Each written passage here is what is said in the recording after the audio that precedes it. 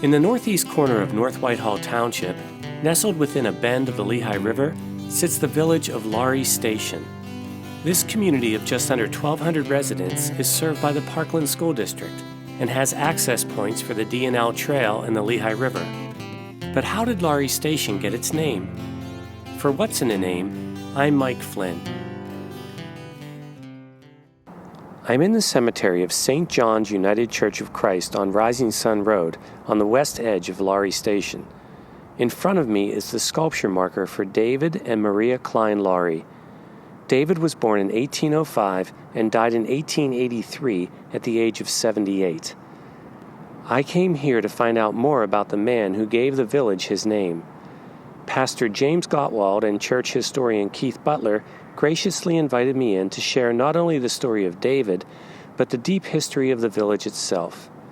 St. John's just celebrated its 150th anniversary this past July, and the church's history is intertwined with the history of Laurys and with David Laury himself.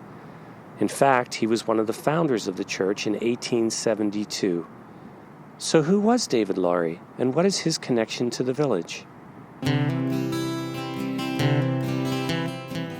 Before 1832, Laurys Station was known as Slate Dam, a name acquired from a large dam built across the Lehigh River by the Lehigh Coal and Navigation Company, just upriver from where Fells Creek enters the Lehigh.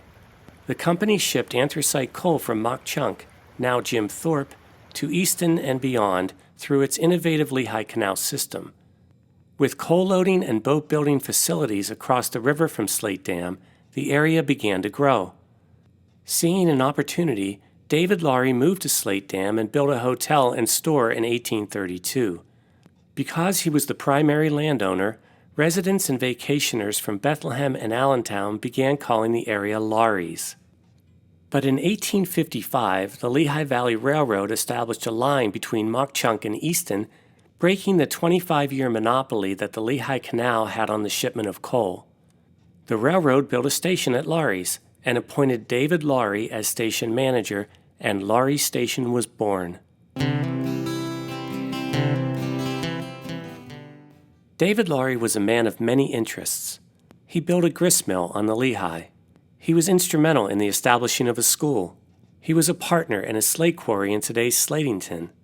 He was the postmaster of the first post office in Laurys, and he was heavily involved in civic affairs.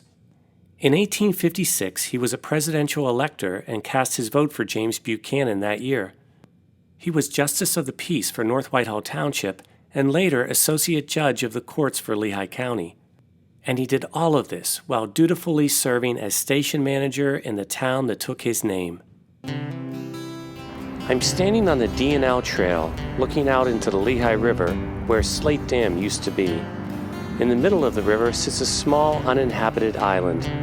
From 1891 to 1906, it was the home to a small amusement park, which drew visitors from the Lehigh Valley via the Lehigh Valley Railroad. There were picnic areas, boat rides, and musical performances. Its name, Laurys Island, another namesake for a man whose many endeavors have left a lasting impression on this small village. For What's in a Name, I'm Mike Flynn in Laurys Station.